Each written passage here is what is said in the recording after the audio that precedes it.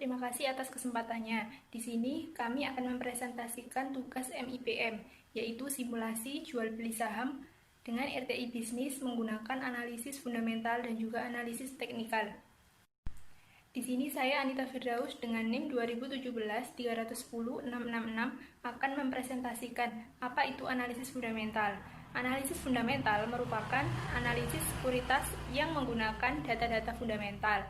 Di antaranya ada data keuangan, data pangsa pasar, siklus bisnis, dan sejenisnya. Dan juga ada faktor-faktor eksternal lain yang berhubungan dengan perusahaan tersebut. Selanjutnya, di dalam analisis fundamental terdapat beberapa sektor yang harus dianalisis. Yang pertama ada sektor ekonomi. Nah, sektor ekonomi merupakan analisis fundamental yang fokus pada data ekonomi saja untuk menilai pertumbuhan ekonomi saat ini dan masa yang akan datang. Selanjutnya yang kedua ada sektor industri. Di dalam sektor industri, penilaian bisa dilakukan terhadap kekuatan permintaan dan penawaran atas produk yang ditawarkan. Dan yang terakhir ada sektor perusahaan, di mana di sini analisis fundamental mengkaji data keuangan, manajemen, konsep bisnis, dan persaingan. Selanjutnya ada analisis teknikal. Analisis teknikal merupakan suatu teknik analisa yang digunakan untuk memprediksi tren suatu harga saham dengan cara mempelajari data pasar lampau, terutama pergerakan harga dan volume saham. Nah, analisis teknikal ini mendasarkan pada hukum permintaan dan juga penawaran, di mana harga akan naik ketika permintaan melebihi penawaran dan harga akan turun ketika penawaran melebihi permintaan. Di sini saya akan menjelaskan analisis fundamental yang saya lakukan terhadap PT Unilever Indonesia Tbk, di mana di sini saya menggunakan beberapa angka yang ada di RTI bisnis untuk analisis fundamental saya. Nah, langsung saja untuk analisis fundamental. Pertama, kita harus menghitung earning per share-nya. Di sini untuk PT Unilever Indonesia Tbk saya menggunakan tahun 2018 dan tahun 2019. Di mana di sini pada tahun 2018 EPS dari PT Unilever sebesar 239 dan untuk tahun 2019 EPS-nya sebesar 194. Sehingga dari tahun 2018 ke tahun 2019 menunjukkan penurunan rasio yang juga mengindikasi adanya penurunan laba. Jadi EPS PT Unilever dikatakan merah. Selanjutnya yang kedua ada price to earning ratio. Yang pertama 2018 price to earning ratio PT Unilever sebesar 39 kali dan untuk tahun 2019 sebesar 41,15 kali. Jadi, dari tahun 2018 ke 2019 menunjukkan peningkatan rasio yang dikarenakan harga pasar naik lebih cepat karena ekspektasi investor dan mungkin dipandang oleh beberapa investor terlalu mahal. Jadi, rasio ini dikategorikan hijau. Yang ketiga, kita harus menghitung EPS growth rate dari PT Unilever, di mana di sini tahun 2018 EPS growth rate dari PT Unilever sebesar 29,9%. Sedangkan untuk tahun 2019 EPS growth rate-nya sebesar minus 18,8%. Jadi dari tahun 2018 ke 2019 menunjukkan adanya penurunan rasio yang juga mengindikasi adanya kenaikan harga saham. Jadi EPS growth rate di sini dikategorikan hijau. Kemudian selanjutnya menghitung per growth rate PT Unilever. Di sini tahun 2018 hasilnya yaitu 1,3 kali dan untuk tahun 2019 hasilnya minus 2,1 kali. Sehingga dari tahun 2018 ke tahun 2019 menunjukkan penurunan rasio yang juga mengindikasi adanya pertumbuhan per dan menunjukkan saham tersebut layak dibeli. Jadi dikategorikan sebagai hijau. Nah, yang kelima, kita menghitung dividen per share PT Unilever, di mana di sini tahun 2018 DPS-nya sebesar 237, sedangkan untuk 2019 sebesar 86. Jadi dari tahun 2018 ke 2019, DPS menunjukkan penurunan rasio yang juga mengindikasikan adanya penurunan kinerja perusahaan, penurunan dividen yang dibayarkan oleh perusahaan, dan juga menunjukkan jumlah aktual yang diterima oleh pemegang saham atas setiap lembar saham yang dimiliki. Jadi DPS dikategorikan sebagai merah. Selanjutnya yang terakhir ada dividend yield and cover ratio, di mana di sini kita harus menghitung dividend yield sendiri dan dividend cover sendiri. Di sini dividend yield tahun 2018 sebesar 0,50%, dan untuk 2019 sebesar 1,07%. Jadi dari tahun 2018 ke 2019 menunjukkan kenaikan dividen yield, di mana kenaikan dividen yield mengindikasi kenaikan tingkat keuntungan investasi yang diharapkan apabila saham dibeli pada harga pasar saat ini. Jadi dikategorikan hijau. Dan untuk dividen cover tahun 2018 hasilnya yaitu 1,0 kali, dan untuk tahun 2019 hasilnya 2,25 kali, sehingga dari tahun 2018 ke 2019 menunjukkan kenaikan dividen cover, di mana hal tersebut mengindikasikan kenaikan kemampuan perusahaan dalam membayar dividen di masa yang akan datang. Jadi dikategorikan hijau.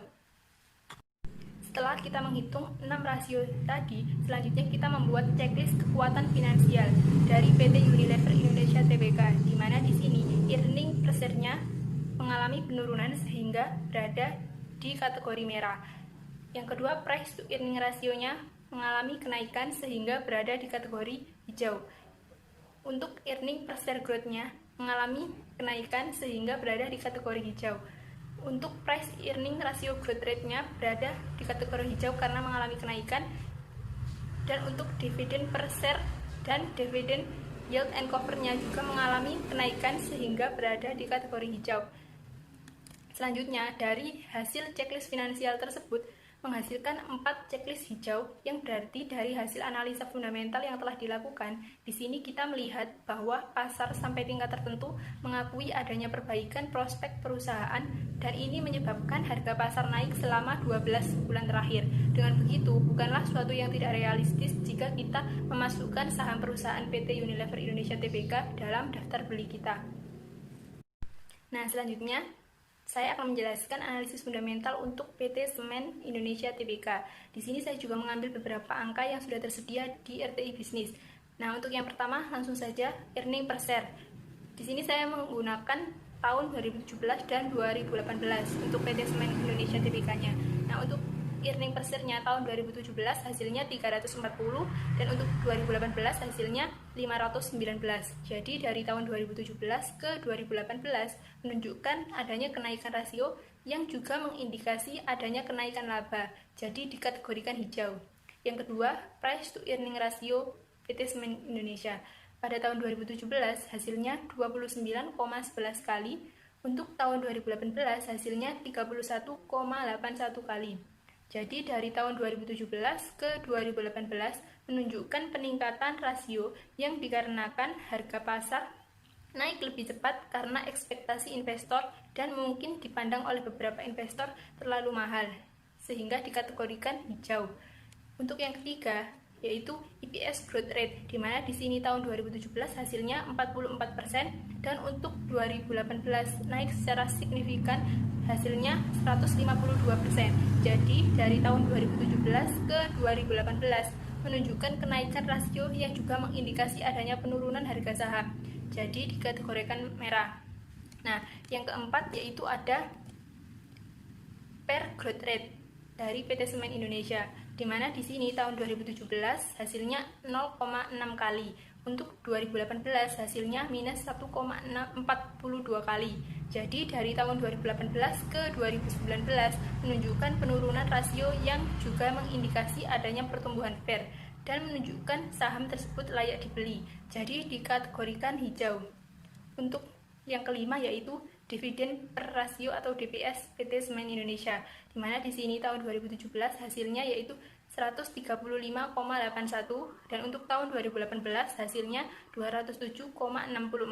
Jadi dari tahun 2018 ke 2019 menunjukkan kenaikan rasio yang juga mengindikasi adanya kenaikan kinerja perusahaan, kenaikan dividen yang dibayarkan oleh perusahaan, dan menunjukkan jumlah aktual yang diterima oleh pemegang saham atas setiap lembar saham yang dimiliki.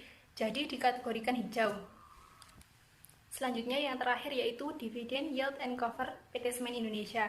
Di sini pertama kita menghitung dividen yield-nya, di mana tahun 2017 hasilnya yaitu 0,3%, dan untuk tahun 2018 hasilnya 2,17%.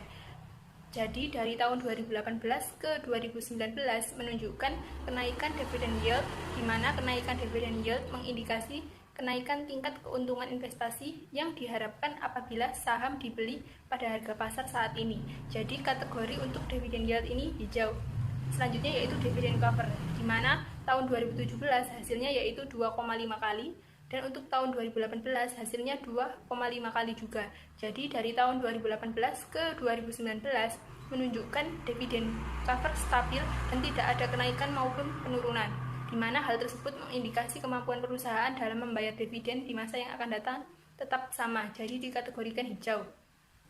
Selanjutnya, setelah itu kita membuat checklist kekuatan finansial dari PT Semen Indonesia Tbk, di mana di sini earning per share-nya mengalami kenaikan sehingga dikategorikan hijau. Untuk price to earning ratio juga mengalami kenaikan sehingga dikategorikan hijau. Untuk earning per share growth rate-nya mengalami penurunan sehingga dikategorikan merah. Untuk price earning ratio growth rate-nya dikategorikan hijau karena mengalami kenaikan, dan untuk dividen per share dan dividen yield and cover-nya mengalami kenaikan sehingga dikategorikan hijau. Jadi dari checklist ini disimpulkan bahwa dari hasil analisa fundamental yang telah dilakukan, di sini kita melihat bahwa pasar sampai tingkat tertentu mengakui adanya perbaikan prospek perusahaan, dan ini menyebabkan harga pasar naik selama 12 bulan terakhir. Dengan begitu, bukanlah suatu yang tidak realistis jika kita memasukkan saham perusahaan PT Semen Indonesia Persero Tbk juga ke dalam daftar beli saham kita. Selanjutnya saya akan menjelaskan analisa teknikal terhadap PT Unilever Indonesia Tbk. Untuk yang pertama yaitu dengan grafik Bollinger Band, di mana di sini di grafik diketahui pada tanggal 5 Mei 2020 terjadi sinyal jual, di mana harga saham menyentuh batas atas atau batas resisten. Di sini grafik menunjukkan harga saham naik dibarengi dengan volume saham juga naik, sehingga harga saham selanjutnya akan cenderung naik. Kemudian untuk 24 Maret 2020 atau bisa dilihat di grafik yang bawah terjadi sinyal beli, di mana harga saham menyentuh batas bawah atau support. Di sini pada grafik dapat dilihat pada tanggal 24 Maret harganya turun, volumenya juga turun. Jadi menurut hukum permintaan dan penawaran, harga saham selanjutnya yaitu akan cenderung naik. Selanjutnya yang kedua ada grafik dengan tipe moving average convergent divergent, di mana di grafik yang pertama yang bagian atas pada tanggal 22 Juni 2020 diketahui ada sinyal beli. Sinyal beli ini ditandai dengan apabila MA atau moving average-nya pendek memotong ke atas MA panjang di bawah 0. Nah, untuk grafik yang bawah pada tanggal 20 April 2020 terjadi sinyal jual, di mana MA pendek memotong ke bawah MA panjang di atas 0. Selanjutnya yang ketiga ada model Relative Strength Index atau RSI, di mana pada grafik yang pertama yang atas pada tanggal 30 April 2020 terjadi sinyal jual, di mana di sini terjadi sinyal jual apabila garis RSI memotong ke bawah batas atas dengan batas 70. Selanjutnya untuk yang grafik yang bawah pada tanggal 24 Maret 2020 bisa dilihat terjadi sinyal beli, di mana di situ garis RSI memotong ke atas batas bawah yaitu batas 30. Selanjutnya yang terakhir untuk PT Unilever ada model stokastik osilator, di mana di grafik yang atas pada tanggal 29 Mei 2020 terjadi sinyal beli apabila pada saat harga saham memotong ke atas batas bawah dengan batas 20. Dan untuk grafik yang bawah bisa dilihat pada tanggal 4 Maret 2020 terjadi sinyal jual, di mana harga saham memotong ke bawah batas atas batas 80. Selanjutnya yaitu analisis teknikal untuk PT Semen Indonesia Tbk. Yang pertama sama halnya dengan tadi yang PT Unilever ada grafik dengan model Bollinger Band, di mana grafik yang pertama yang atas pada tanggal 29 Mei 2020 terjadi sinyal jual, di mana harga saham mencapai batas atas atau resisten, dan yang grafik bawah pada tanggal 21 April 2020 terjadi sinyal beli, di mana harga saham mencapai batas bawah support. Selanjutnya, model yang kedua yaitu ada moving average convergent divergent untuk PT Semen Indonesia Tbk, di mana pada grafik yang pertama, tanggal 22 April 2020 terjadi sinyal beli, di mana MA pendek memotong ke atas MA panjang di bawah 0. Dan untuk grafik yang bawah, pada tanggal 10 Juni 2020 terjadi sinyal jual, di mana MA pendek memotong ke bawah MA panjang di atas 0. Selanjutnya yang ketiga ada model Relative Strength Index. Pada grafik yang pertama, tanggal 8 Juni 2020 terjadi sinyal jual, di mana garis RSI memotong ke bawah batas atas 70. Kemudian untuk grafik yang kedua, pada tanggal 21 April 2020 terjadi sinyal beli, di mana garis RSI memotong ke atas batas bawah 30. Kemudian yang terakhir ada model Stochastic Oscillator, di mana pada grafik yang pertama yang atas, pada tanggal 10 Maret 2020 terjadi sinyal beli, di mana harga saham memotong ke atas batas bawah 20, dan untuk grafik yang kedua yang bawah, pada tanggal 26 Mei 2020 terjadi sinyal jual, di mana harga saham memotong ke bawah batas atas 80. Selanjutnya saya akan menjelaskan hasil simulasi jual beli saham saya di RTI Bisnis. Yang pertama ada PT Unilever, di mana saya di sini membeli PT Unilever sebanyak 10 lot dengan harga Rp8.050. Kemudian pada menu holding saya lihat terdapat kemungkinan gain sebesar 1,42%. Nah, alasan saya untuk membeli saham PT Unilever ini karena pada waktu itu saya melihat pada tabel frekuensi harga dan volume terdapat penurunan harga dibarengi dengan kenaikan volume, yang berarti harga saham berikutnya memiliki kecenderungan untuk naik. Selanjutnya, di sini saya juga mencoba untuk menjual saham PT Unilever saya, di mana pada saat saya menjual sudah memiliki keuntungan. Nah, saya kemarin kan beli pada harga Rp8.050. Nah, pada saat saya jual harganya Rp8.075. Jadi saya memiliki keuntungan 2,32%. Alasan saya menjualnya karena pada waktu itu saya melihat pada tabel frekuensi harga dan volume terdapat kenaikan harga dibarengi dengan penurunan volume, yang berarti harga saham berikutnya memiliki kecenderungan untuk turun. Maka dari itu saya berinisiatif untuk menjual saham yang saya miliki. Nah, selanjutnya di sini ada portofolio dari RTI Bisnis saya pada saat saya selesai melakukan simulasi jual beli saham PT Unilever, di mana sebelum yang saya jelaskan tadi, saya sudah pernah membeli saham dari PT Unilever sebanyak 25. Kemudian tadi saya membeli lagi sebanyak 10, kemudian saya jual lagi 5. Jadi sekarang totalnya masih 25 lot. Setelah saya lakukan jual beli tadi, sekarang memiliki gain atau keuntungan sebanyak 2% atau 395.000. Kemudian profit keuntungan keseluruhan portofolio saya menjadi 1,81%. Kemudian selanjutnya yaitu simulasi jual beli saham PT Semen Indonesia Tbk, di mana di sini saya beli sebanyak 10 lot seharga Rp9.575. Dan pada saat saya beli itu, saya melihat tabel frekuensi harga dan volumenya mengalami penurunan. Maka dari itu saya membeli, dan saya lihat pada menu holdingnya mengalami kerugian karena pada saat itu memang harganya sedang turun.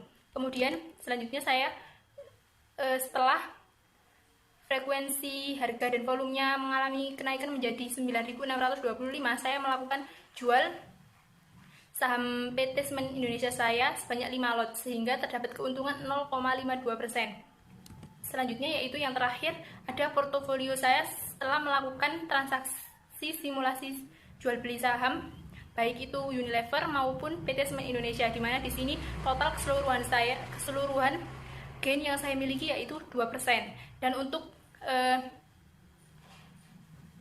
gain PT Semen Indonesia 0,52%, untuk Unilever 1,74%. Sekian, selanjutnya akan dilanjutkan oleh rekan saya. Febriani Jayanti, NIM 2017-310-689. Saya akan melanjutkan presentasi dari rekan saya. Di sini ada analisis fundamental PT Astra International Tbk. Pada earnings per share, PT Astra International Tbk pada tahun 2018 menunjukkan hasilnya sebesar 535. Dan untuk tahun 2019 mengalami kenaikan, yaitu EPS-nya dengan hasil menunjukkan 536. Hal ini menunjukkan bahwa adanya kenaikan rasio dari tahun 2018 ke tahun 2019.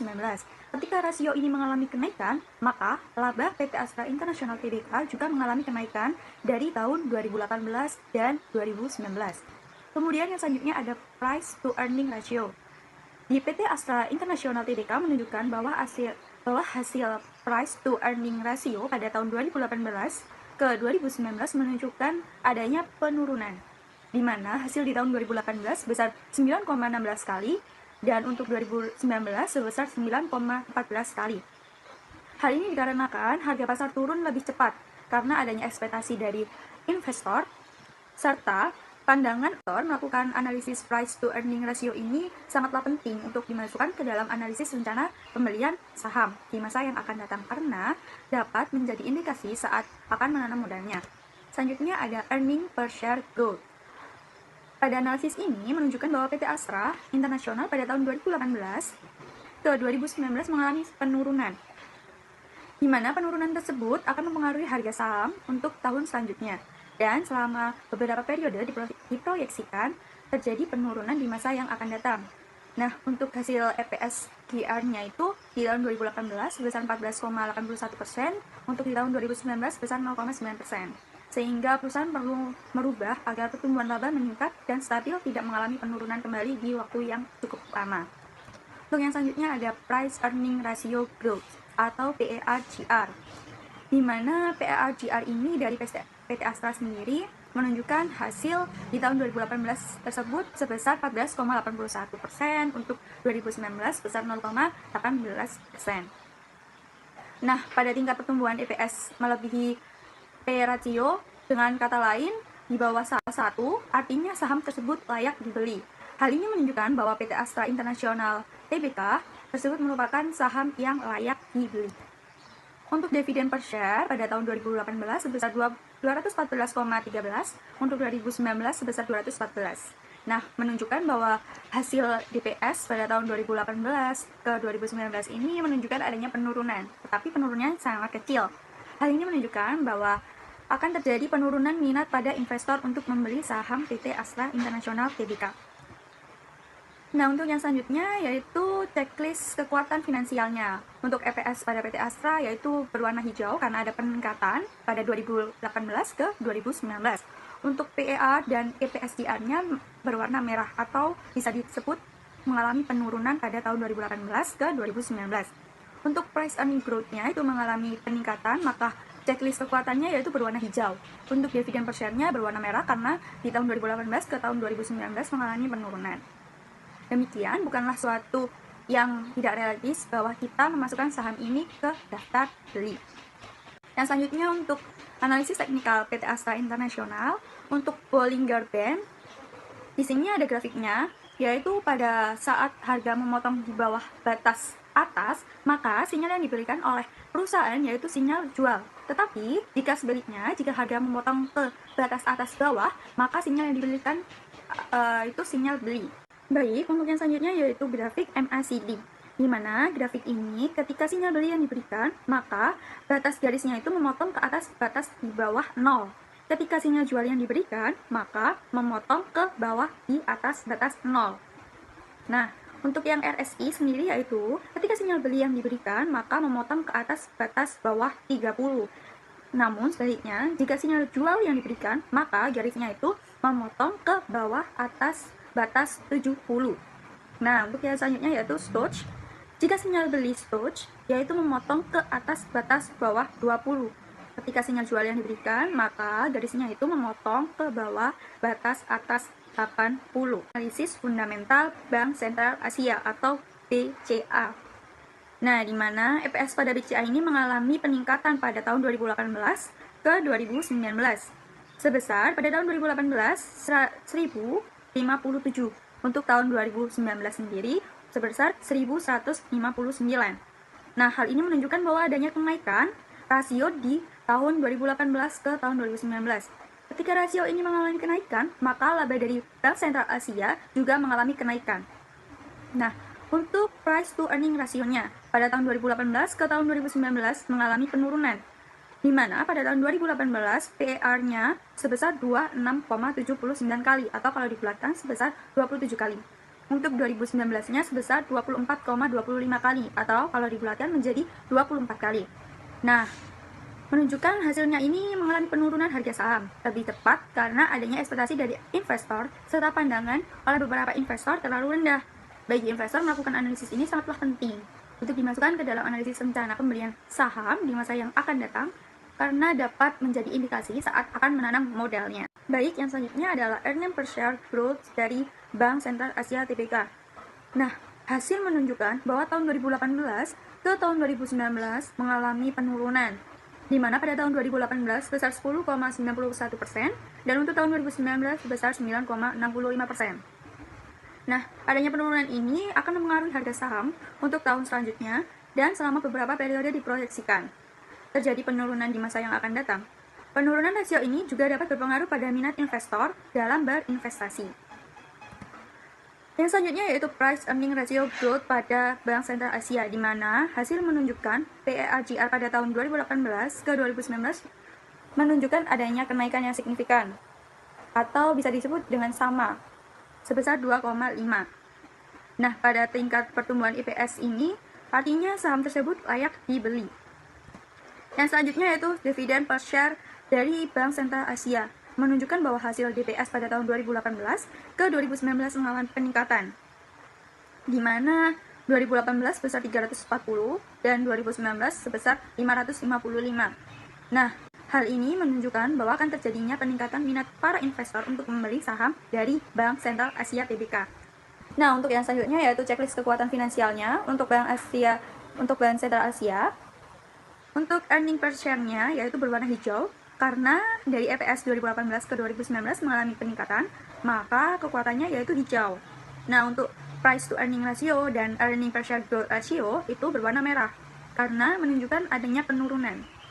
Nah, untuk price earning growth ratio dan dividen per share-nya yaitu berwarna hijau karena adanya peningkatan dari 2018 ke 2019.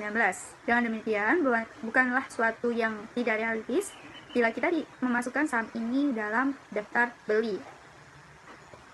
Dan akan menunjukkan bahwa rasio pertumbuhan PER dan PERGR menunjukkan bahwa masih terdapat kemungkinan harga akan naik pada Bank Sentral Asia TBK. Untuk yang selanjutnya yaitu analisis teknikal, ada 4 analisis: Bollinger Band, MACD, RSI, dan Stochastic. Untuk yang Bollinger Band yaitu pada saat harga memotong ke bawah batas atas, maka sinyal yang diberikan perusahaan Bank Sentral Asia ini menunjukkan sinyal jual. Namun, jika sebaliknya, jika harga memotong ke atas batas bawah, maka sinyal yang diberikan yaitu sinyal beli. Nah, untuk MACD sendiri, sinyal beli diberikan ketika memotong batas di bawah 0. Tetapi, jika sinyal jual yang diberikan, maka memotong ke bawah di atas batas 0. Untuk RSI, yaitu sinyal belinya ketika memotong ke atas batas bawah 30. Namun, ketika sinyal jual yang diberikan, maka garisnya yaitu memotong ke bawah batas atas 70. Nah, untuk Stoch, yaitu sinyal beli diberikan ketika memotong ke atas batas bawah 20.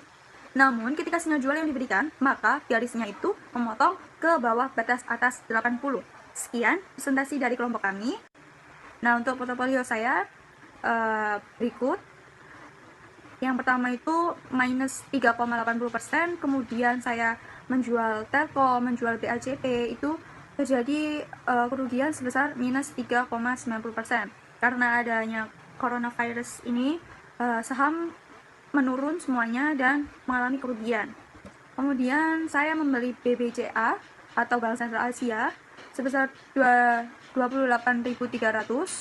Dari harga yang ditawarkan yaitu 28.000, saya membeli 10 lot.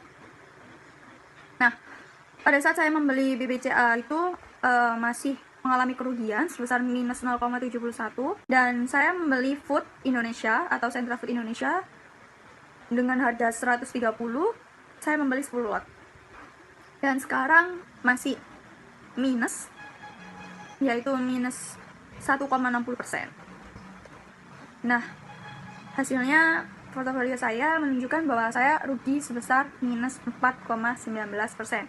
Namun, saya percaya bahwa saham ini akan mengalami kenaikan kembali ketika wabah virus corona sudah hilang. Jadi, untuk yang menanam sahamnya harap bersabar karena adanya COVID-19 ini, dan tetap semangat. Terima kasih.